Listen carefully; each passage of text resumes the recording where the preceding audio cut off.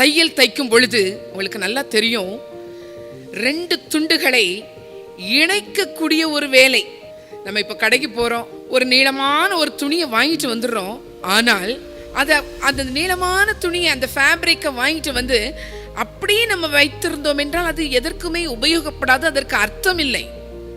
ஆனால் அந்த துணியை வெட்டி அழகாக சேர்த்து தைக்கும் பொழுது அதிலே ஒரு அர்த்தமுள்ள ஒரு காரியம் உருவாகுகிறதே. அதுபோல கண்டிப்பா இந்த உலகத்துல இன்றைக்கு வேதனையோடு இருக்கிறவங்க அநேகர் இருக்கிறாங்கங்க. அவங்களிடத்துல நாம் போய் பேசும் பொழுது அவங்க உள்ளத்துல உள்ளதெல்லாம் சொல்வாங்க. அப்போ நம்ம தையல் கலைஞர்களாய் மாற வேண்டும். அவருடைய வாழ்க்கையை, பிரிந்திருக்கிற உடைந்திருக்கிற வாழ்க்கையை நாம் ஒட்ட வைக்க வேண்டும், சேர்க்க வேண்டும். பிரியமானவர்களே, நம்முடைய கரத்திலே தேவன் கொடுத்த தாளந்துகளை நாம் பயன்படுத்தி கர்த்தருக்காக வாழ வேண்டும். கர்த்தருடைய சீஷர்களாக நாம் இருக்கும் பொழுது, அவருடைய அன்பையும் மனதுருக்கத்தையும் நற்கிரியைகளிலே வெளிப்படுத்தும் பொழுது, அவருடைய பிள்ளைகளாய் நாம் அவருக்கு ஊழியம் செய்யும் பொழுது, உடைய வாழ்க்கையில் ஒரு உயிர் தெழுதலின் அற்புதம் நடைபெறும் என்பதில் சந்தேகமில்லை.